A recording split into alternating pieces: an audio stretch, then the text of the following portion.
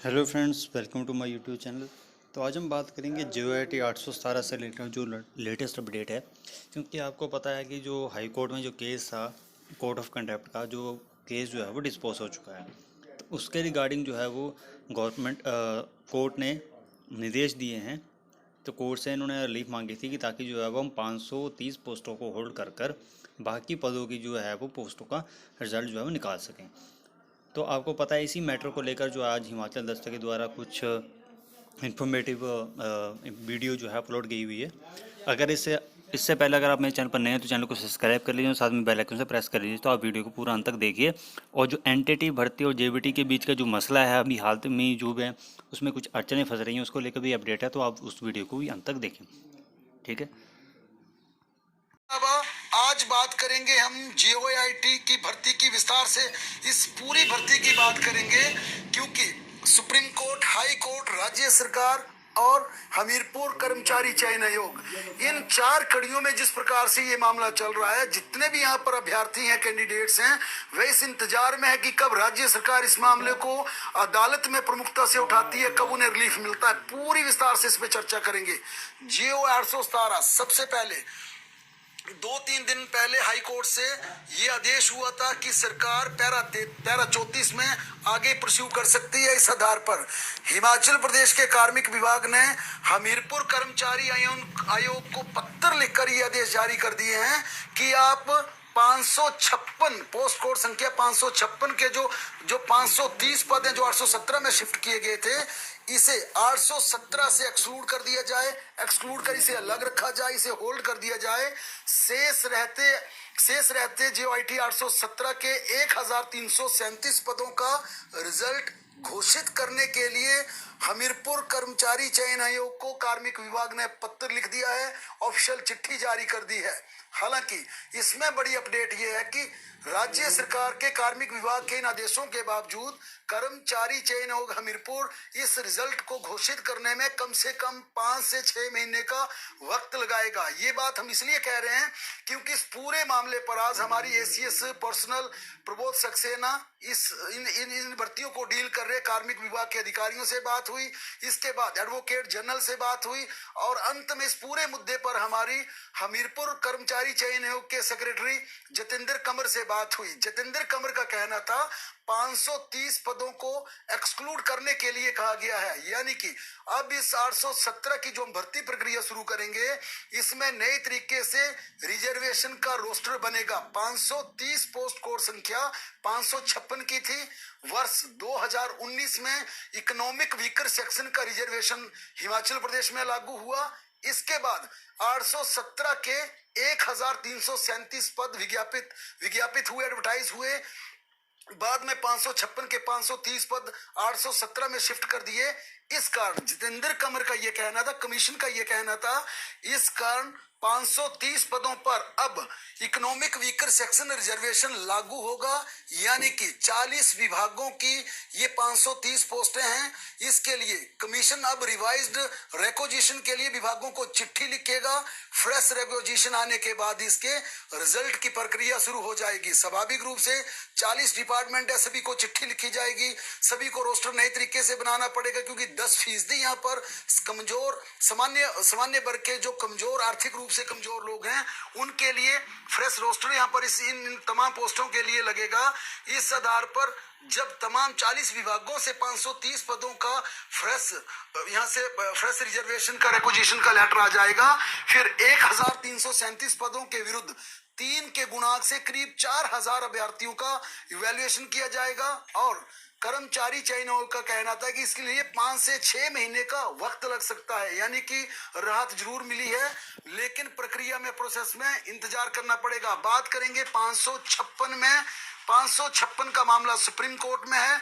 इस पर मेरिट को रिकास्ट करने के लिए सुप्रीम कोर्ट से स्टे लगा है। 12 जुलाई से पहले हिमाचल प्रदेश की सरकार को मुख्य सचिव के हवाले से एफिडेविट देना होगा, सुप्रीम कोर्ट को बताना होगा कि राज्य सरकार का इस पूरे मामले में क्या स्टैंड है। और माना जा रहा है कि अगले 4-5 दिनों में हिमाचल प्रदेश की सरकार सुप्रीम कोर्ट के लिए एफिडेविट मूव कर सकती है। पोस्ट कोड संख्या 939 सबसे बड़ी अपडेट इस मामले में है, क्योंकि इस लिखित परीक्षा के दौरान इसमें पेपर लीक हुआ था, और पेपर लीक में जिस प्रकार से एसआईटी की जांच रिपोर्ट हिमाचल सरकार को मिली, सरकार के कार्मिक विभाग ने इस पर स्टडी किया, बाद में कमीशन को भेजा गया। अब अंततः कमीशन ने जो इस पर फैसला लिया है, इस भर्ती में शामिल उन 12 कैंडिडेट का पेपर रद्द कर दिया है जो इस पेपर लीक मामले में प्रत्यक्ष और अप्रत्यक्ष रूप से शामिल थे, क्योंकि कम से कम आधा दर्जन से ज्यादा इंस्टीट्यूट पर इसकी गाजगिरी है, अभिलाषी है, एसएल महादेव है, इसके अलावा कृष्णा बीएड इंस्टीट्यूट है, सुंदरनगर का इंस्टीट्यूट है, माफ कीजिए सुंदरनगर का परीक्षा केंद्र है, ऊना का परीक्षा केंद्र है। इन सभी परीक्षा केंद्रों पर 12 ऐसे कैंडिडेट थे जिनमें से 10 ने इस जो पेपर लीक हुआ था उससे उनको मदद मिली थी पत्र करने में, उन सभी का पेपर, उनका कैंडिडेचर रद्द कर दिया गया है, डिबार कर दिया है उन्हें परीक्षा से। साथ में 2 ऐसे कैंडिडेट हैं, एक कैंडिडेट सुंदरनगर में पेपर लेकर परीक्षा केंद्र से, यानी कि परीक्षा खत्म होने के बाद अपनी आंसर सीट लेकर एग्जामिनेशन सेंटर से बाहर चला गया था। दूसरा एक ऊना में ऐसा था जिसे पर्चों के साथ पकड़ा गया था। इन सभी 10 का कैंडिडेचर रद्द कर दिया है, चल रही है, और आज फिर एडवोकेट जनरल को राज्य सरकार ने ये आदेश पारित किए हैं। जहां तक कर्मचारियों के हो गया था और टिकी हो गया है रादर, क्योंकि जो बैच वाइज भर्ती वाले लोग हैं वो उनसे इंतजार नहीं हो रहा। बात भी सही है, बड़े दिनों से पेंडिंग है। एप्लीकेंट सिर्फ 7 या 8 आए हैं जो बीएड वाले इसमें हैं बैच वाइज में। सीधी भर्ती वाले में बिल्कुल क्लियर था, लेकिन सीधी भर्ती वाले में भी दिक्कत यह है कि कैबिनेट ने जो परमिशन दी है कमीशन की भर्ती में, वो ये कहा है कि जो जेबीटी वाले हैं उनको जो पहले तो मेरिट बना लें, जेबीटी और बीएड दोनों की मिक्स करके, फिर जेबीटी वालों को अपॉइंट कर दें, बीएड वालों को होल्ड कर लें, उतनी पोस्टें खाली रखें, ये कहा है कैबिनेट ने। कल हमने सेक्रेटरी एजुकेशन से पूछा तो उन्होंने कहा कि हम कैबिनेट से डेविएट नहीं करेंगे, जो कैबिनेट ने कहा वही करेंगे। लेकिन एडवोकेट जनरल का कहना है कि कोर्ट ने ये कहा है कि अगर आप पिछले डिसीजन से आगे बढ़ना चाहते हैं तो आप बढ़ सकते हैं, और लेकिन वो सब्जेक्ट टू फाइनल आउटकम रहेगा जो सुप्रीम कोर्ट में केस है जोधपुर वाला। और इसीलिए एडवोकेट जनरल का ये मत है कि वो हाई कोर्ट में अब ये नहीं बोल सकते कि अब हम बीएड को अपॉइंट नहीं करेंगे, तो बीएड को भी आप अभी अपॉइंट कर दें, बाद में अगर फैसला अंगेस्ट आ गया तो उनको निकाल दें। लेकिन सरकार निकालने वाली स्थिति में नहीं जाना चाह रही है, अभी अपॉइंटमेंट नहीं देंगे और पोस्ट होल्ड करेंगे। ये एक बात हो गई। दूसरी बात आ गई फिर कमीशन वाली। अब जब ये कंफ्यूजन है पड़ा हुआ, एडवोकेट जनरल कुछ कह रहे हैं और सरकार कुछ कह रही है, इस कंफ्यूजन के चक्कर में बैच वाइज नहीं करना चाह रही है सरकार अब, क्योंकि बैच वाइज के लिए अभी थोड़ा सा इंतजार है कि हाई कोर्ट में एक बार अपडेट कर दें कि जो कैबिनेट ने कहा है, और उसके बाद जो हाई कोर्ट का रुख हो फिर उस हिसाब से बैच वाइज पर आगे बढ़ें। इसके कारण एलिमेंट्री एजुकेशन के डायरेक्टर से मैंने आपको पिछले हफ्ते बताया था कि उन्होंने इनकार किया कि जब तक क्लैरिटी नहीं होगी हम आगे नहीं बढ़ेंगे, क्योंकि इसमें तो डायरेक्टली अपॉइंटमेंट होनी है, क्योंकि रिजल्ट भी नहीं आएगा, डायरेक्टली अपॉइंटमेंट का ऑर्डर ही निकलेगा।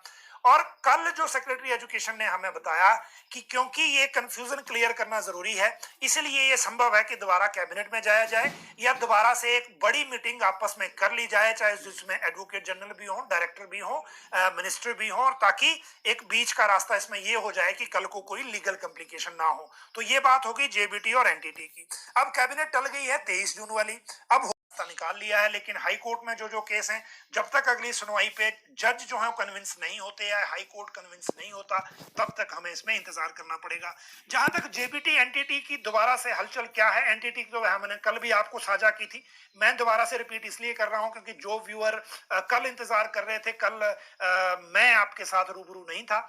एनटीटी को लेकर जो मुख्यमंत्री ने सेक्रेटरी एजुकेशन को फोन करके कहा था ओकओवर से, जिस दिन हमने आपको सुबह संडे को ओकओवर से एनटीटी की जितनी महिलाएं आई थी उनके साथ एक लाइव दिखाया था, उसके बाद बीच का रास्ता यह है कि एनटीटी की भर्ती शुरू की जा रही है प्री नर्सरी टीचर्स की, और वो भर्ती शुरू हो रही है उस फॉर्मूले से कि जिन जिन संस्थानों में रिकॉग्नाइज्ड डिप्लोमा, जिन जिन जिन जिन के पास जिन संस्थानों का रिकॉग्नाइज्ड डिप्लोमा अवेलेबल है, या जो रिकॉग्नाइज्ड संस्थानों से डिप्लोमा लेके लेडीज या महिलाएं आई हुई हैं प्रेजेंटली जो हिमाचल में हैं, उनको उनसे भर्ती की शुरुआत कर दी जाए। और उनसे जब भर्ती की शुरुआत हो जाएगी तो जो बाकी मामले हैं फिर वो भी धीरे धीरे उसमें एंगेज होना शुरू हो जाएंगे। एक बात इसमें बड़ी महत्वपूर्ण ये है कि एनटीटी को लेकर 3 तरह की उलझने प्रेजेंटली है जो सरकार के पास है, और जो तरह तरह की डिमांड के कारण भी सामने आ रही हैं। अब इन तीनों उलझनों को मैं आपको एक एक करके बताता हूं कि जैसा मुख्यमंत्री ने आश्वासन दिया था कि बीच का रास्ता इसमें निकालेंगे, तो उस बीच के रास्ते पर बात हो गई है।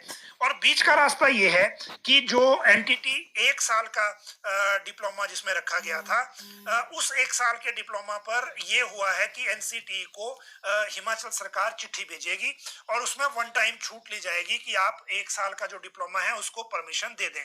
ये पहली बात हो गई। दूसरी बात मैंने आपको बताया कि भर्ती की शुरुआत की जाएगी जिनके पास रिकॉग्नाइज्ड है डिप्लोमा, वहां से। तीसरी बात इसमें थी कि जो एज रिलैक्सेशन है वो भी दी जाए, क्योंकि बैच में हम दे रहे हैं 45 ईयर के बाद भी, लेकिन सीधी भर्ती में क्या 45 ईयर के बाद दे पाएंगे, ये जरूर लीगल अभी कॉम्प्लिकेशन है और इसका अभी रास्ता निकाला जाना बाकी है। जहां तक आंगनबाड़ी की बात है तो 30% पद आंगनबाड़ी वर्करों को मिल रहे हैं। वजह ये बताई जा रही है कि क्योंकि एनईपी में, नेशनल एजुकेशन पॉलिसी में, मिक्स फॉर्मेट पे प्री एजुकेशन, जो प्री प्राइमरी टीचिंग को शुरू करने की बात है, इसलिए सरकार उससे डेविएट नहीं करेगी। जुलाई में क्या ये प्रोसेस शुरू हो पाता है, ये अगली कैबिनेट में आपको पता लग जाएगा। सेक्रेटरी एजुकेशन ने डायरेक्टर एलिमेंट्री एजुकेशन को बुला के ड्राफ्ट में जितनी की संशोधन करने थे उसको लेकर डायरेक्शन दे दी है। तो ये अपने आप में एक बड़ी अपडेट है, खासकर एनटीटी को लेकर।